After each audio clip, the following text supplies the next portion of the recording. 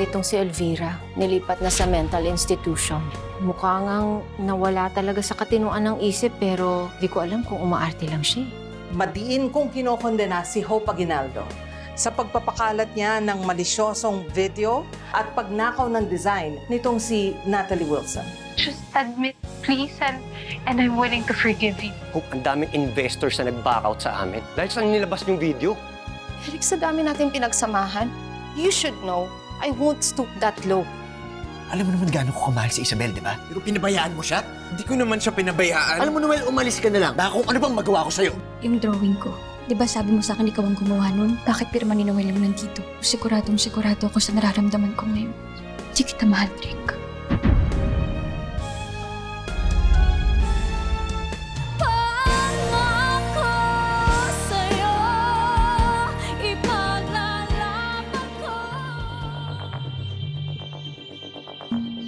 Andy, babalik na lang ako sa ibang araw.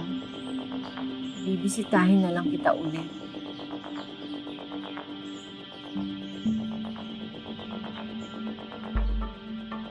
Kayo na munang bahala sa kanya. Please, ma'am.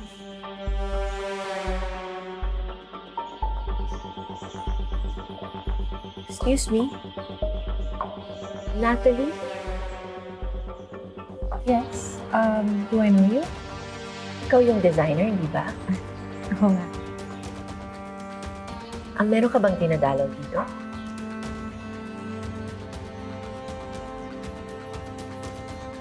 Wala. I'm just here supporting a charity organization. I see. I'm sorry. Hindi ko namang tangkang gambalain yung oras mo, pero I just wanted to know I'm the mother of Hope Aguinaldo. Anong kailangan mo? Wala naman. I'm just hoping na whatever happened between the two of you is something that can be resolved because it's clearly a misunderstanding. I don't think so. Kung nag-usap kayo, magkakaintindihan kayo. Para ano? Papaniwalain niya ako sa mga kasinungalingan. May nagawa bang anak ko sa'yo? Anak mo, hindi mo alam? Baka siguro dapat manalamin ka na rin. I don't understand. And I don't care.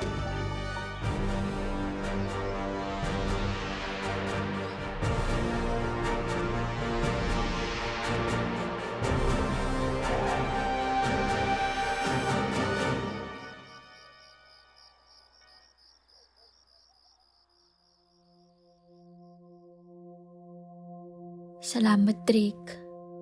Sa lahat ng tinulong mo sa akin, pero kailangan ko nang umalis. Pakiramdam ko kasi hanggang nandito ako, hindi ko malalaman kung sino ba talaga ako.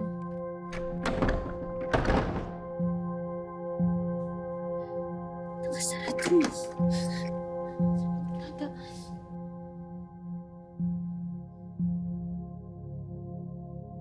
Sa likod na lang.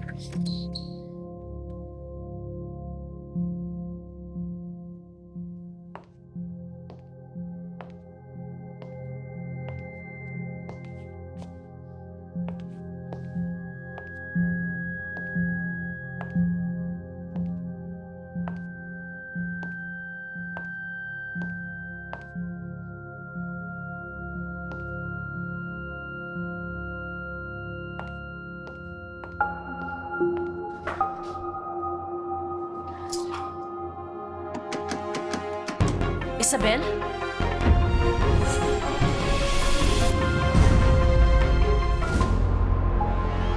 Naprodo ba yung interview ko? Ang bongga, di ba? Pwedeng-pwede na ako maging influencer. Mas mukha kang influenza sa kang pandemic. Ano ba? Kapal ng mukha mo, nabaligta rin ako? Ha? Talagang kapatid talaga ng sinungaling ang magnanakaw. Ikaw, 2-in-1 kang hayos ka. Ano ba, Manang? Manang, stop it! Ano ba? Ano sabi mo? Tama na! Wala akong pakialam. Tama na, Manang! Ano ba? Stop it! Ma'am. Ma'am Karen. Anong ginagawa mo dito? Tatakas ka ba? Isabel, nang dahil sa'yo, nakakagawa ang anak ko ng mga hindi magagandang bagay. At hindi ko na kayang nakikita siya nagkakaganon siya. At isa pa, hanggat nandito ka sa poder namin, malaki ang posibilidad na mapahamak kami. Kaya kung iniisip mo, napipigilan kita ngayon, hindi kita pipigilan. Maraming salamat ho talaga, ma'am.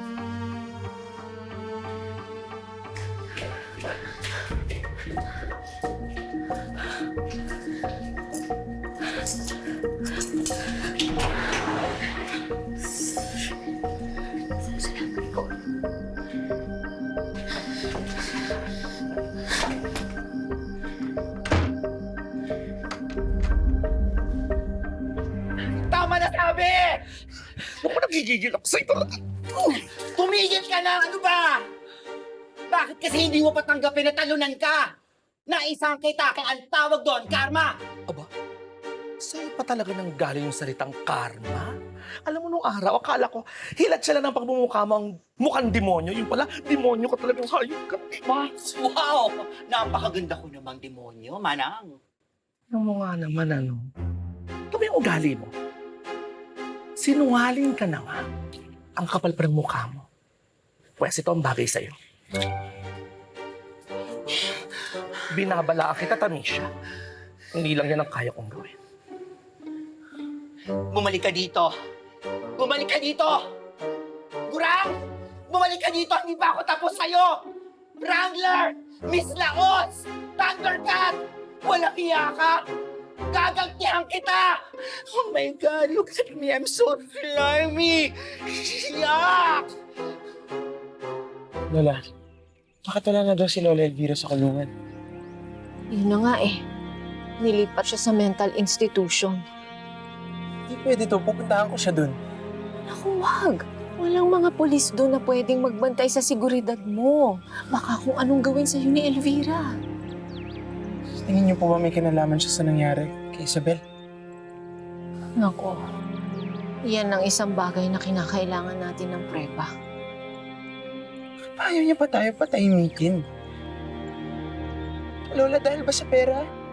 Wala naman akong pakialam sa pera. I'm willing to give it all back. Basta masiguro ko lang na buhay pa si Isabel.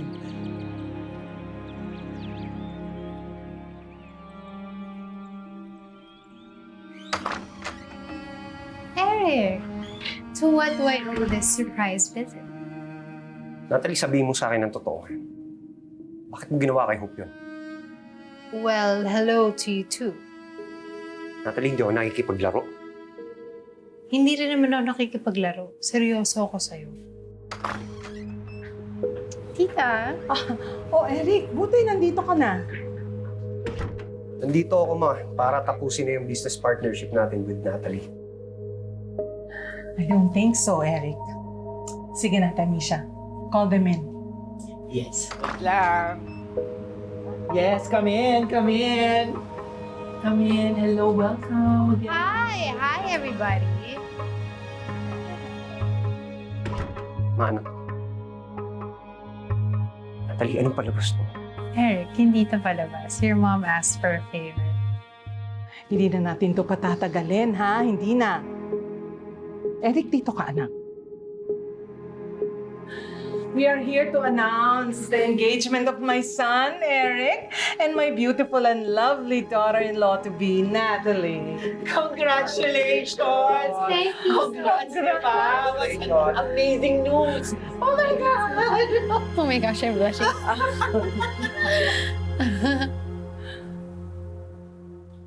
Noel, ayokong sisihin mo ang sarili mo, ha? Ayoko rin na mawalan ka ng pag-asa kay Isabel. Gagawin natin ang lahat para mahanap siya. Naniniwala po kayo sa akin na nabuhay pa si Isabel? You don't think I'm just being emotional? Being emotional is not a sign of weakness. Ikaw na rin ang nagsabi. Baka si Elvira ang may pakana nito. And for all you know, pinaglalaruan niya tayo. Nola, thank you po.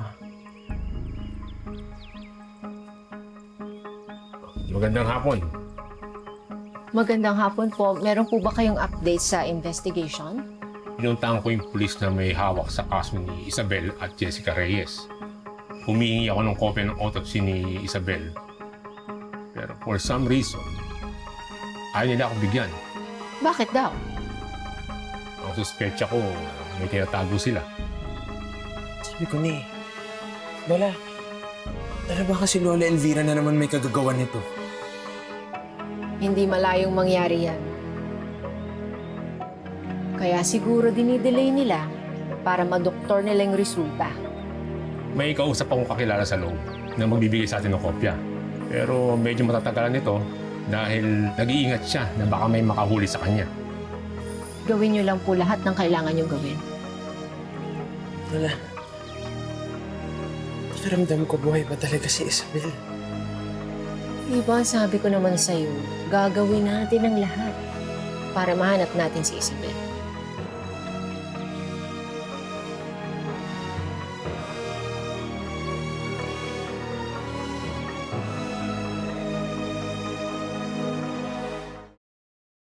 So, kailan ang kasal, Eric?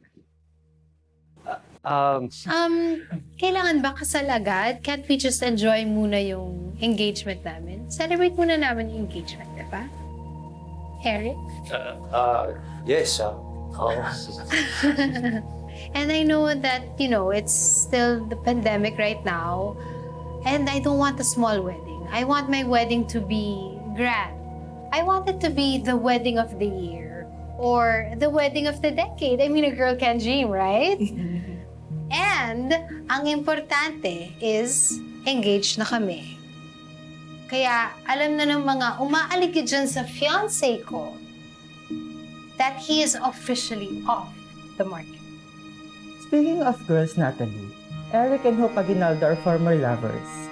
And kamakailan lang nasangkot kayo ni Hope sa isang controversy. Anong masasabi mo tungkol dito? Well, as you said, former lovers. So past is past, and I'm the present and future. I'm sure, Hope, she has moved on already. And about the controversy, well, that's water under the bridge. That's all been settled. So, no problem there. That's it for today, ha? Maraming salamat for coming. Yung mga regalo nila. Yes, thank you. Salamat We for will just coming. send your gifts. Thank you talaga.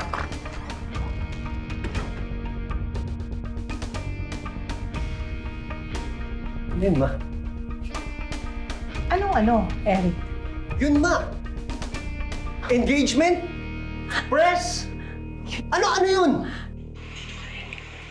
Hindi ko na ito patatagalin, ha? I'm here to announce the engagement of my son, Eric, and my beautiful and lovely daughter-in-law to be, Natalie. Congratulations! Manang, Oh, bakit? handa na ba yung tela na sinasabi ko sa'yo? Oh, ito na, andito na. Dumating na, ako mismo nag-receive. So, kailan ang kasal, Eric? Kaya naman, kasal agad. Can't just celebrate muna yung engagement. Eric. Yes. And I mean, diba, besides pandemic pa naman ngayon, and I don't want a small wedding. I also wanted my wedding to be grand. At saka, I want my wedding to be the wedding of the year. Alam ko may galit ako kay Eric.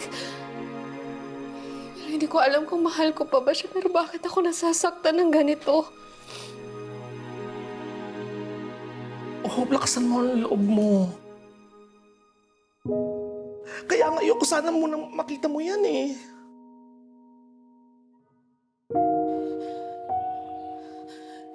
Sinusubukan ba ako ng panahon?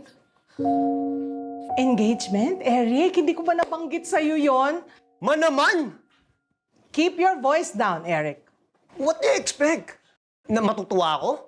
Dahil sa biglaang engagement namin? This is a business decision, anak. Business decision, ma?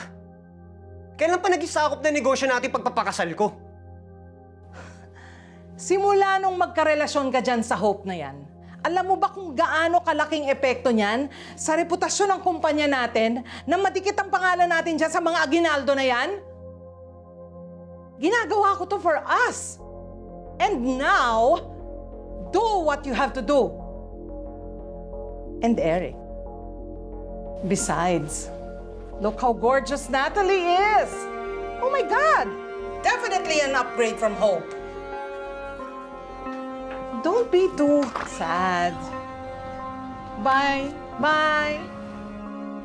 Hope, kailangan mong lakasan ang loob mo. Lalo pa ngayon may pinagdadaanan tong negosyo mo. Ano kung gusto ko na sumuko? Ano kung pagod na ako?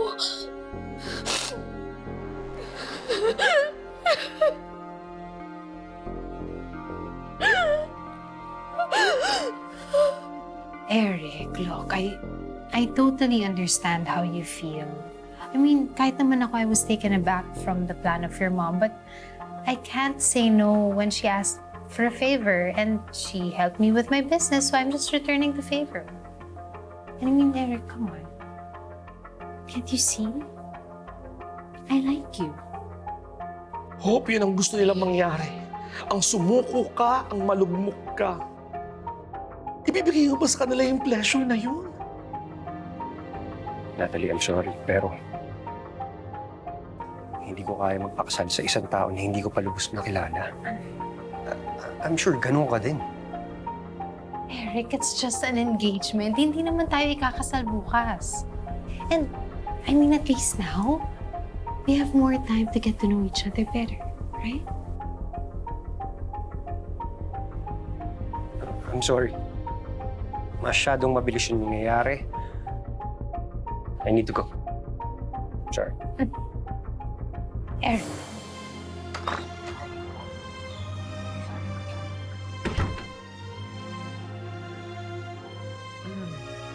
So, mahal mo na si Eric? Siyempre hindi. Marami nang pinagdaanan sa buhay ang isang Hope Aguinaldo. Hindi ito, hindi sila ang magpapabaksak sa'yo. Kailangan mo lumaban, Hope. Lumaban ka.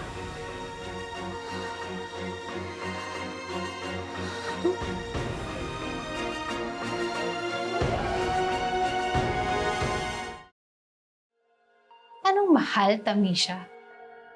Pumayag ka sa engagement nyo. We love him na. I mean, hindi naman mahirap mahalin si Eric. Gwapo siya, mayaman. Pero love has nothing to do with it. So this is a pure business decision. If you consider revenge a business, then yes, it's a business decision. Tungkol pa rin ba ito kay Hope? Yes, this is about Hope. Ginagawa ko lang to para inisin siya. Hindi ako makukontento kung fashion career lang niyang sisirain ko. It can't be enough. It cannot!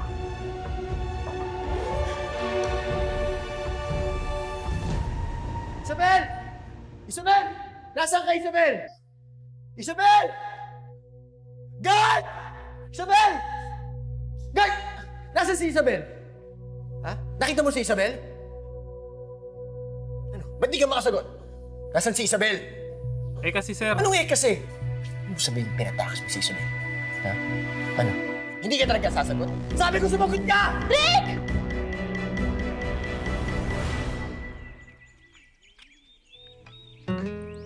Noel! Ano?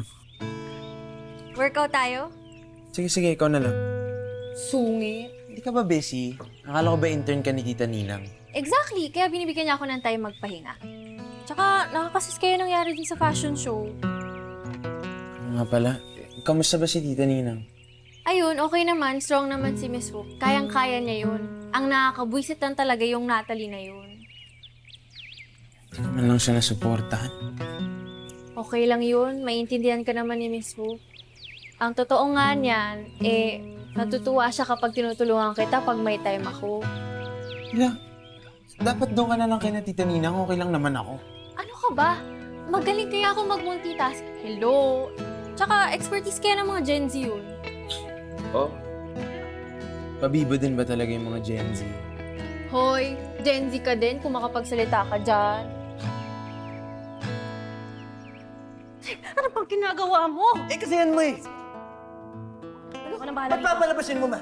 Baka pinatakas niya si Isabel. Hindi siya ang nagpatakas kay Isabel. So, tumakas nga si Isabel? Huwag mo sabihin ikaw nagpatakas kay Isabel. Why would you do that? Because it pains me to see you like this! See me like what? Like me! Pathetic! Pinagpipilitan ng sarili sa isang taong hindi ka naman mahal. Hindi tayo magkatulad. Pwede ba? Muntik mo nang saktan yung guard natin kung hindi lang ako dumating. Tsaka natatakot ako sa'yo kung ano pang kaya mong gawin dahil lang kay Isabel. Ang mahal ko si Isabel. Sigurado ka? Kasi kung mahal mo si Isabel, hindi mo siya ikukulong dito. Sorry, ma. Pero I won't take any advice from you. Ginagawa ko lahat. Dahil ayoko maging katulad mo! I'm sorry. I'm sorry, anak. Anak, where are you going? Hahanapin ko si Isabel, ma. Anak, bumalik ka rito!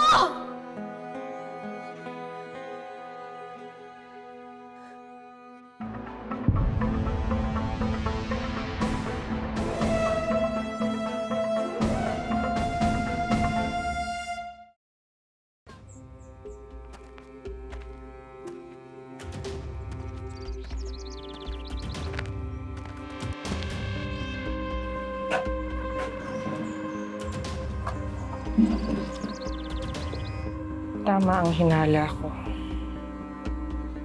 May tinatago si Karen. Nagtaka ka ba? Natiraydor ka ng sarili mong manugang. Disappointed, but I'm not surprised. Alam ko, gaano kabaliw si Drake kay Isabel. Kukonsentihin ni Karen ang anak niya. Kaya nga sila natakasan ni Isabel. Eh di hanapin mo. Bantayan mo siya sa bahay ng mga Aguinaldo. Malamang doon yan tatago. Wisit na batang yan. Pahihirapan pa talaga ako. Eh di pahirapan mo. Bawian lang. Ganito, ako na ang bahala kay Isabel. Karen at Drake. Anong gusto mong gawin ko? Ano? Hindi ka ba talaga nag-workout? Hoy, nag-workout ako ah. Mahilig kaya ako mag-basketball. Eh, volleyball. Tara, volleyball tayo. Basketball nga? Kulit. Eh di, sige, turuan mo na lang ako.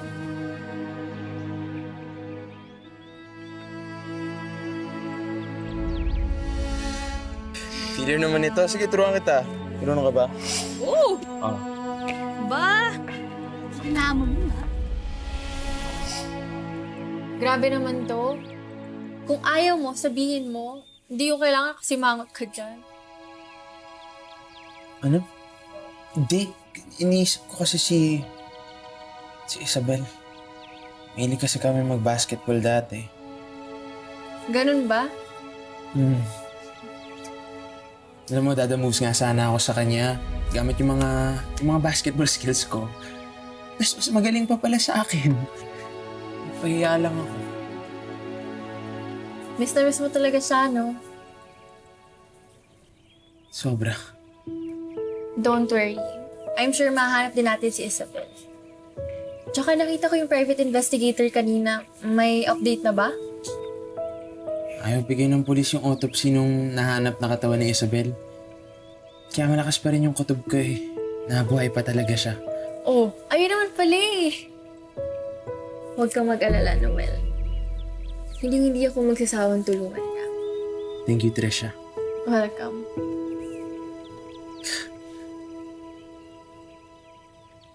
Sa totoo lang, pwede ko na iligpit si Karen at Drake. Ngayon pa lang sa tamang presyo. I like your initiative. Pero hindi pa ngayon. Akala ko ba galing ko sa mga taong traitor? Elvira. Mahaba ang pinagsamahan namin ni Karen at ni Drake. Palalampasin mo to. Ikaw na mismo nagsabi. Ayoko ng mga traidor. Gusto ko makapagpaalam na maigi kay Karen. bago ko sila ipaligpit.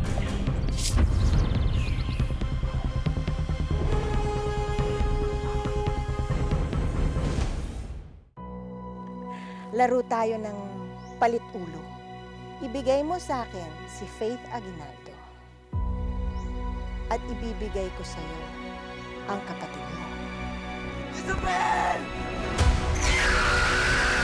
Nasaan si Isabel? Hayop ka! I love you so much, tandaan mo yan. Ikaw! Ikaw! I treated you like my real brother, Drake!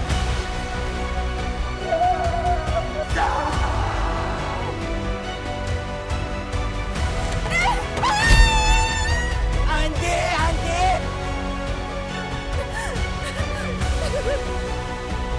Gusto mo yan? Pakasama mong tao! Gusto kong madurog ang mga buto mo hanggang sa kamatayan mo!